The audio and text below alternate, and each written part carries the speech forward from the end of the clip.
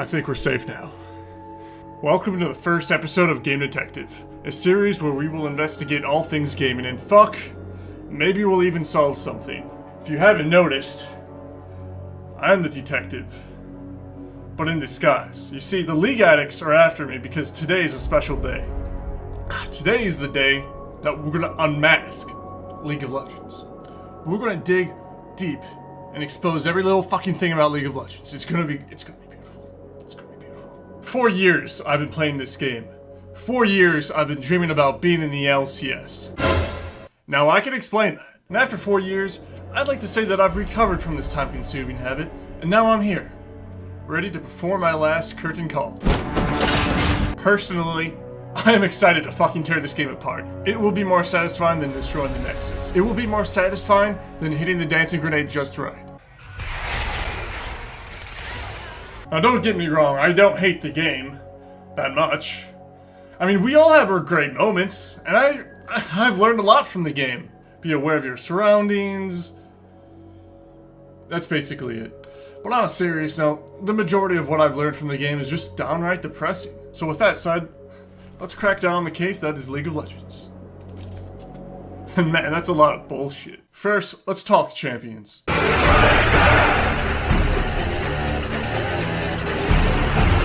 League of Legends has over 100 champions to choose from, which brings a lot of variety to the game. The only issue to this though is trying to balance it all, because even if you had 1,000 champions, it means little to nothing competitively if you only have 20 or 30 champions that are relevant to the current meta.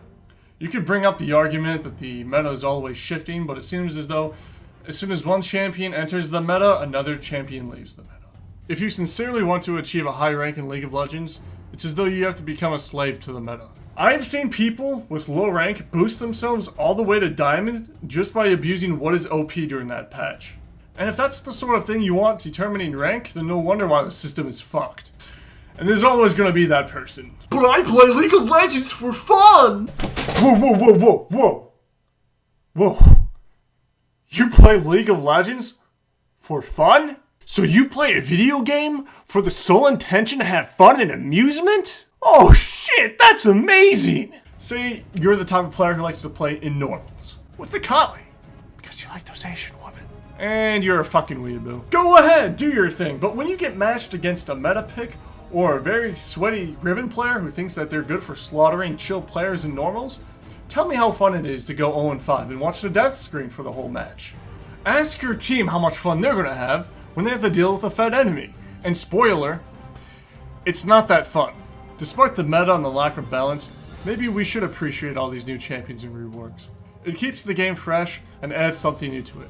I would surely want that for any game as repetitive as League of Legends. More edgy champions, more flashy champions, reworks, oh, and skins too, can't forget about the skins.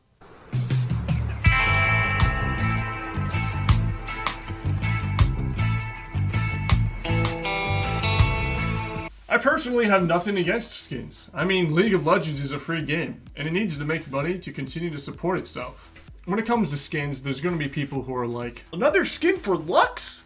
Another skin for Katarina? What about Urgot? What about Alawi? What about Aurelion Sol? Marketing people. You know what Lux and Katarina have? They have good play rates. But not only that, they have ass and titties. That's good enough to make a profit. Okay, all Riot needs to do to become successful in marketing and skins is to, make anime skins.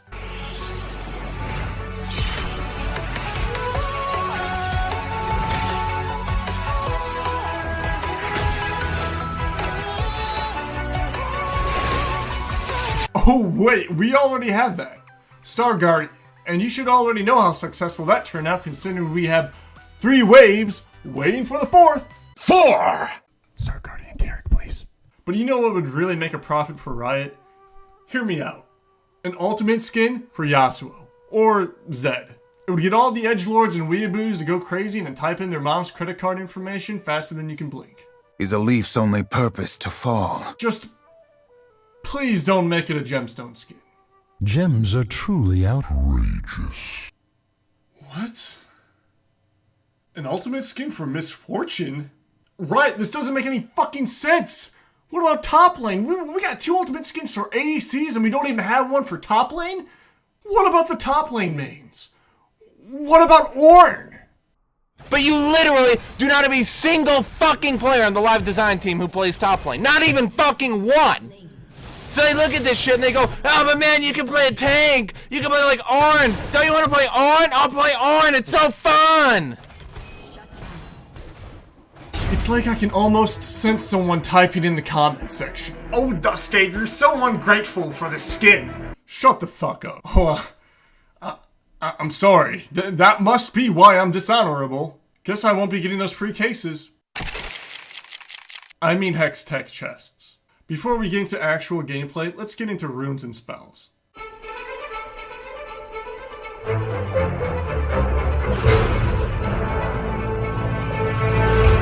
These are going to determine what your playstyle is going to be like. I'm going to be honest, I think they did a really good job on the new rune system. They're simple, there's a lot of good keystones. You know, it's not like the last system where everyone is running Thunderlord's Decree. Yeah, remember that? I feel like certain champions benefit off the new rune system though. As for example, press the attack with Vayne or Guardian with Braum, click perfectly.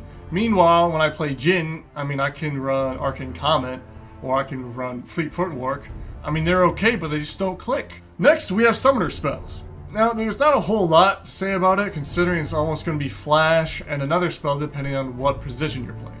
If you play top, it's mainly going to be Flash and Teleport. If you play jungle, it's going to be Flash and Smite. If you play mid, Flash and usually Ignite. If you play bot, Flash and Heal, if not Barrier. And if you play support, Flash and Exhaust, if not Ignite. I wish Riot could do something with Summoner spells to make them more interesting and unique, but it's kind of hard thinking in ways they could. Especially when Flash is so important for playmaking. And making those flashy plays that everyone's gonna fucking go wild for. Faker's behind me. I know, right? I'm like, even though I only have a mat on the floor, I think he's in the bed. Oh, Faker maybe in trouble here. Deathmark tries to clean it up for Ryu. Oh, look at the cleanse, look at the moves! Faker, what was that? Faker with a huge play, the QSS! Fight back, it will mean so much for this series because this is the largest goal deficit at 20. Oh, Faker, Faker with one of the worst flashes! Now let's get into the Rift.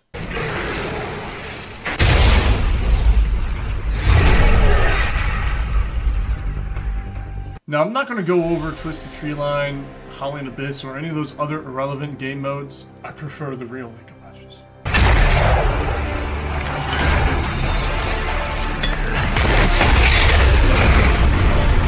I said the real League of Legends. Allahu Akbar!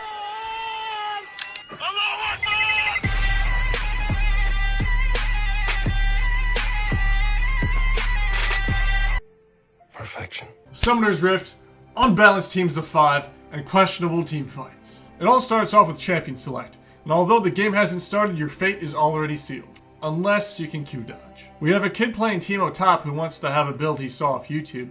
We have a Master Yi jungle who believes he's going to carry the team. We have a Yasuo mid who's watched way too much anime and is going to feed. We have a Ryze support or any other full AP champion because they don't fucking trust the ADC. And ADC we have me.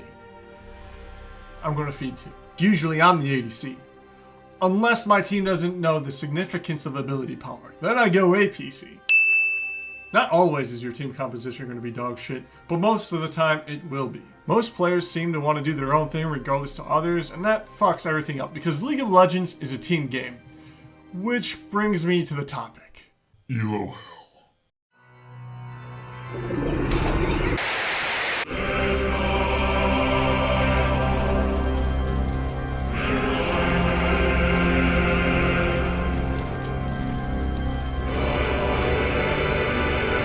Elo Hell is when a player is stuck in Elo because of countless teams of bad players are losing them games. This could happen in any Elo actually.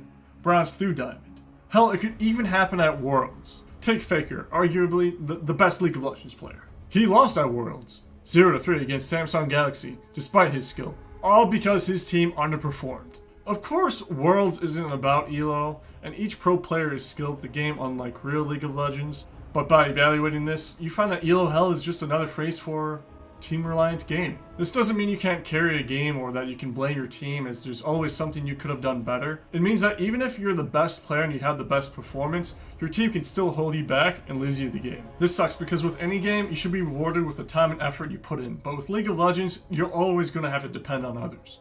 Let's go deeper into the LCS, League of Legends Championship Series.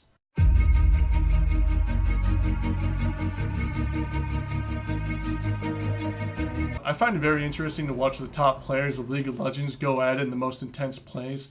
What I don't find interesting though is when an Asian team wins every fucking year at Worlds. Yes, I'm mainly talking about SKT. Thank God there was a slight change this year and they lost.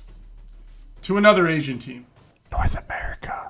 Get your shit together! After 7 years, you have not once been able to win at Worlds, let alone make it to finals. The closest you've ever been was in 2011 when TSM got 3rd place. Oh, but the Koreans are gods. No, the Koreans are not gods. Get this. They play more. They are more dedicated. I'm just gonna just linger back here and wait for them to finish, and then maybe afterwards we can be friends again.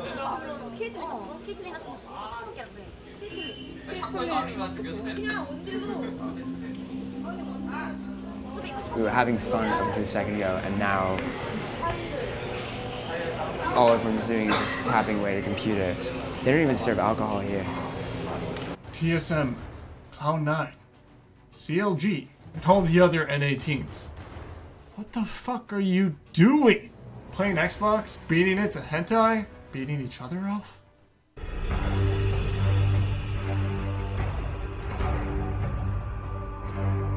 Surprisingly, there's not a whole lot to say about a match in Summoner's Rift. Two sides spawn in and go to their positions to start off.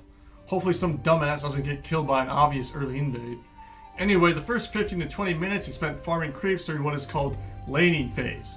By 20 minutes, either everything's going smoothly or it's been a complete massacre with one team trying to surrender. Except for the fact that most of the time there's two people who don't fucking surrender. Because when the enemy team is up by 30 kills, 3 dragons, and a Baron, with the power of friendship and teamwork, anything is possible. If there is no surrender, the match drags on with both teams walking around the map trying to start a game-ending team fight, which starts from someone being too greedy, someone having terrible positioning, or someone starting intentionally because it's almost been an hour and they just want the match over with, which happens when one team manages to destroy the enemy nexus. That's a League of Legends match. Originally, I was going to end the case there, but I feel like there's one more thing we need to go over.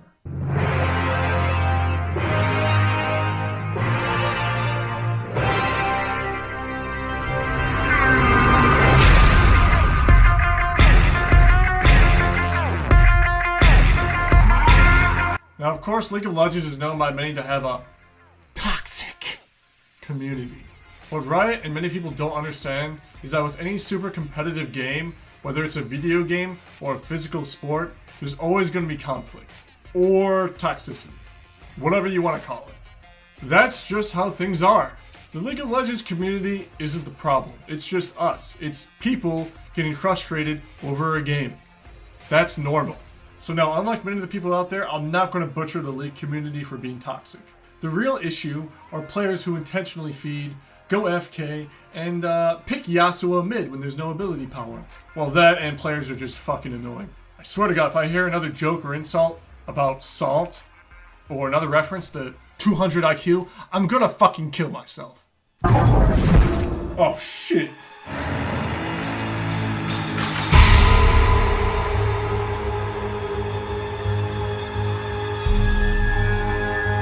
Oh fuck. There's a triggered League Axe right outside my house. Pick up. Brevin, there's a League Addict right outside my house. I need your help. Yeah, I know.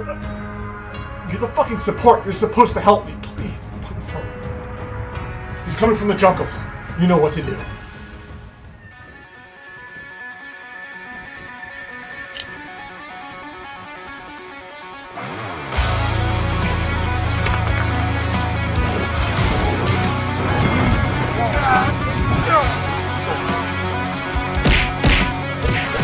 First blood.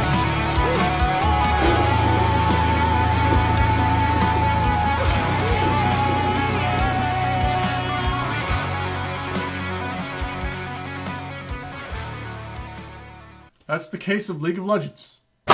So tell me, what's next?